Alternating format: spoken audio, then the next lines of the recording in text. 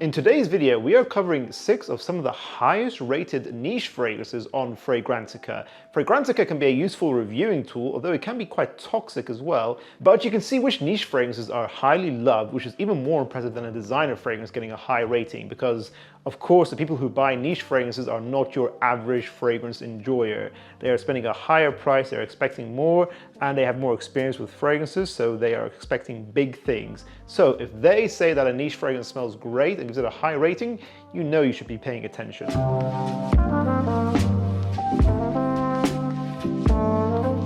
Today's video is sponsored by Max Aroma, who have kindly provided 3 out of the 6 fragrances in today's video. Max Aroma is a fragrance online retailer that provides you some of the best prices you can find for both designer and niche fragrances. They give you very interesting creative brands to explore, both through full bottles and through samples. If you're based in the US, go ahead and check out Max Aroma. I'm going to leave a link in the description as well as in the pinned comment down below, and let's begin the video. Let's start off the list with a fragrance I don't have a full bottle of, but that is YSL's Babycat, which I have a little sample of at a little 2 ml, which is an interesting fragrance that I've been meaning to try for a very long time, because in the YSL private line, most people always talk about Tuxedo. That's the main go-to everyone thinks of. Babycat has been getting a lot of hype in recent years. I think the fragrance came out in 2022, so it's a relatively new release. It is vanillic, suede, peppery, spicy aspects here. To me, I kind of felt like this would be reminiscent of something like Armani Code Absolu, which is discontinued, so a fresher, brighter vanilla scent that's still suited to the cold weather. And in my opinion, I was kind of correct actually. Babycat smells like a more smooth, niche Armani Code Absolu to me, more peppery as well. So it's like a spicy, fresh, slightly green, suede and vanilla fragrance. Babycat does feel like it's in the same realm as Tuxedo. You can tell they're both from the YSL private line. They have a similar style. I'm not sure if they were both the same perfumer, but they smell high quality, easy to love, and probably a bit overpriced as well, if I'm being honest with you. So Babycat has this nice balance as a vanilla-based fragrance. That fresh spiciness from the pepper balances it out, whilst the suede makes it a bit more thick, a bit more complex and luxurious. A lot of people on Fragrantica say this is a nighttime only fragrance. I disagree. I think this could be a signature, a vanilla-based signature, which is quite interesting for both the day and night for 3 out of 4 seasons. This is not a summertime fragrance at all in my opinion, but overall still got good wearability, has fantastic performance, at least 10 hours with a medium to loud projection is what I got from my sample. But I don't think the blend is that clever. It's fairly linear, it doesn't change a lot, and it's not too complicated. It's quite straightforward overall. So I do think Babycat is nice. I can see why it's getting hype, but to me, as I said, I'm not sure if the price is still worth it, and the blend isn't spectacular, but it's pretty good still. I would give this an 8.5 out of 10. I'm not sure if I agree with the high ratings completely, but it's definitely worth checking out. And I forgot to say, Babycat to me smells unisex right in the middle overall to my nose. And then for the first fragrance provided by Max Aroma, we have Ojar AnonQura, which you can see in the note breakdown on screen right now. This is quite an interesting fragrance. If anyone has ever smelled Alexandria 2, you will recognize facets of that fragrance with this fragrance here, because they're both using a very particular type of wood called rosewood, which is unique really to both of them. It's not a wood material that's used often, and to me it smells expensive. This material smells rosy, floral, woody. This fragrance actually smells a bit fruity. It smells super high quality, well blended, and very much resin based. Resin means things like frankincense, myrrh, opopanax, etc. That sort of Middle Eastern Oriental style of amber woody notes. This smells fruity, bright, clean, complex. It smells a little bit jammy, it smells expensive. This is an interesting signature that smells really unique in the opening, kind of reminiscent of Alexandria 2. I don't think this has real oud in here, I don't think oud is listed, but then as it dries down, even though frankincense isn't listed or elemi, I'm kind of getting Dior Homme Sport 2021 vibes actually on the dry down of this fragrance, which is very interesting. And this fragrance lasts 8 to 10 hours with a soft and medium projection.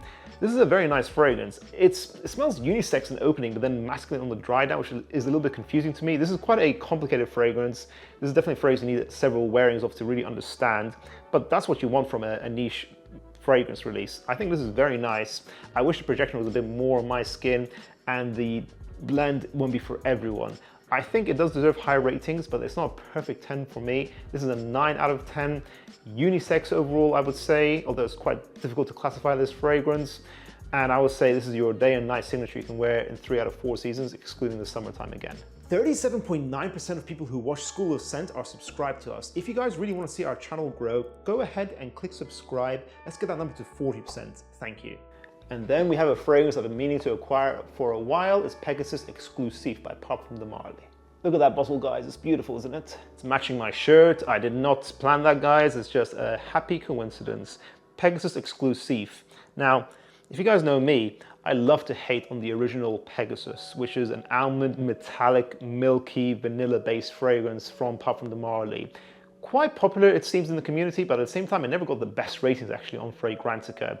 This has a better rating than that fragrance. This is a flanker that came out very recently, and to me, this is superior to the original Pegasus. It takes that idea of the milky, metallic, sweet, vanillic almond and makes it more balanced. The original Pegasus was strong, beastly sure, and probably got some people also compliments, but it was just so headache-inducing, too sweet, too cloying, very limited in its wearability as well, in my opinion. Pegasus Exclusive balances it out, tones down the sweetness. I think they inject some lavender in here. They make it a little bit more woody based with Gaiac wood and real oud in here as well. It smells like real oud, making this more masculine, more mature, more complex and interesting to smell, and just easier to tolerate and not have to wipe off your skin. But tolerate is not the right word. This is a beautiful fragrance. This to me is a 10 out of 10. This is a signature for the mature, regal man who dresses well, who wants to smell modern and playful at the same time, and wants to wear this for a day and night signature in 3 out of 4 seasons. Again, not the summertime. I get at least 10 hours with Pegasus Exclusive. And although I do love Layton Exclusive, what I like about this exclusive flanker from the line, from Parfum de Marly, is that this is still a versatile scent. So I think it's fantastic value for money. That's why it gets a 10 out of 10. I think it's worth this price tag. It ticks all the right boxes for me personally. I'm very glad to now have this in my collection as a full bottle, but tell me guys, have you tried Pegasus Exclusive? What do you think of it? And then we have Merchant of Venice Venezia 21, which is another fragrance supplied by Max Aroma. I've been impressed by Merchant of Venice so far. I have a bottle of Arabesque. In the last part of this series, we reviewed Rococo as well, which is very nice. So far, those have been 9 out of 10 fragrances. Very good, but not quite a 10 out of 10 mark. So let's see what Venezia 21 is all about. So if you look at the note breakdown, it looks very interesting. And I think that's accurate. This is a very interesting fragrance and a beautiful fragrance overall. I mean, they have the notes written here on the box as well, which is very useful. But I would say, yes, this is indeed a real oud fragrance with a lot going on in here. This starts off quite sharp, fresh and spicy with that saffron in the beginning, and saffron as a spicy note is quite expensive smelling, and I think it suits the idea of this fragrance in general. This is a very rich fragrance overall. You get pretty much everything all at once hitting you at the same time with the oud, the praline accord, it's vanillic, has some powerful ambers in here. This smells at the same time very balanced, surprisingly. I think this is actually a really nicely balanced scent. This could be your evening fragrance to wear in 3 out of 4 seasons. I thought this was going to be a winter and autumn time only fragrance, but actually no, this is done beautifully. Woody, spicy, luxurious, ambery, very sexy, edible, gourmand. This is a really unique evening scent. I really can't compare it to anything else.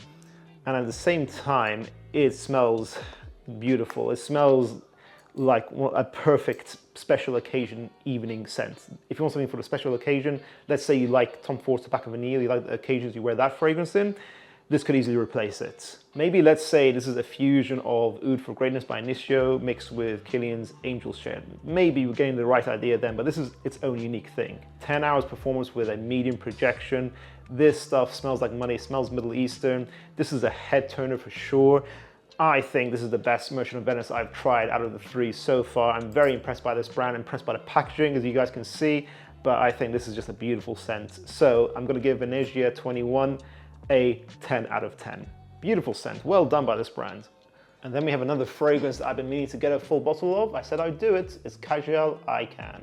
I can, see what I did there, now say with absolute certainty that this is a 10 out of 10 fragrance. I've already said it on the channel before. If you guys have been missing out on my recent uploads, you shouldn't be. You should be watching every single video I put out, guys. I'm just kidding. But Kajal Äican, this is, okay, a lot of guys might say that, you know, some fragrances in their collection is like a silver bullet. It really just gets the job done. It gets compliments, it's beastly, it's the absolute favorite. I don't really promote that kind of thinking, but this is kind of a silver bullet fragrance. This is Vibrato by Sospiro, so that kind of Tygar-esque family DNA.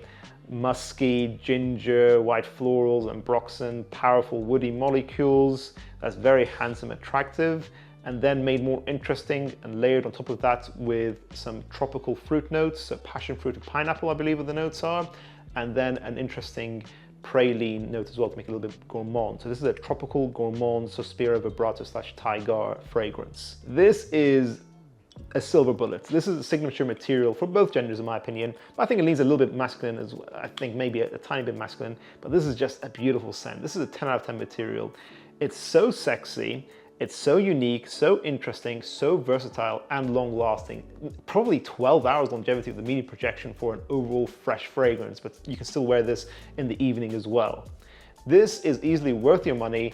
I've not been that hyped about Kajal in general, but then this started getting some talk in the community. We tried it out in our private Discord server as a little community of our own, and I got hooked onto this. It's one of those fragrances I tried a sample of, and very shortly afterwards, I just knew I'm gonna get a full bottle of this. This is a big, big silver bullet fragrance. I don't use that term lightly or often. Get Kajal Äican if these notes interest you, if this idea interests you, suits you. Try it out. I personally don't feel like I need to get a Bvlgari Tygar or reacquire Sospiro Vibrato whilst owning this. But I do have Black Panther by Alexandria fragrances, so that kind of suits my need for that original Tygar DNA anyways. But yeah guys, 10 out of 10 easily. And then the last fragrance in the video, supplied by Max Aroma, is Ojar Infusion Vor. Looking at a note breakdown on screen now, you can see this is quite a fruity fragrance, and unlike Encens Cuivre, this has the fruity notes, and I can definitely smell the fruitiness here as well. This is very fruity, very sexy in that way. I think it has blackberry and raspberry in here. It is very berry heavy. It has very nice woody molecules underneath as well, woody ambery, but still fresh and balanced overall. This is a masculine woody scent with really interesting fruity nuances in here. And to me, it seems like it has oud in here. Probably not the most expensive smelling oud. It's probably a variety that's on the cheaper side, but it smells real. And it smells like they use a quite fresh and not very challenging oud variety in this fragrance. If you like fragrances like Amouage Jubilation 25, I'm not saying they're clones, this is a unique creation still, absolutely. But if you like the idea of Jubilation 25, that woody, ambery, fruity based signature that smells like money, smells like luxury, Ojar Infusion Vor is in that ballpark as well. So anyone who smelled Jubilation 25, they know it's an extremely sexy DNA, and I would say this is also extremely sexy. Super versatile, at least 8 hours of longevity, soft to medium projection, although on Fragrantica people give this a higher rating for projection, I believe. I wish it projected a bit more on my skin, but I'm not gonna fault it because I think it probably does perform really well on most people. I think this is a 10 out of 10 actually. I think the ratings are deserved. I wasn't impressed by Ojar's Eagle Eye Stranger, I can't remember what it's called. That was in one of our other parts of the series. But these two fragrances I've reviewed today are excellent, and I think Infusion Vor is phenomenal. This could be signature material for myself. I'd be happy to wear this personally. And that concludes this video, guys. What are your thoughts on the fragrances discussed today? Are you going to explore any particular fragrance covered here today? Did any of the note breakdowns interest you in particular? I know niche fragrances can be a big hit to your wallet. They're expensive, so it's always worth knowing which fragrances are really worth your time and worth that money. Thank you again to Max Aroma for sponsoring today's video. Again, guys, you can check them out in the video description and pin comment down below. If you guys enjoyed this video, make sure to check out our previous parts of this series of our highest rated niche fragrances. We'll see you guys in the next one. Bye.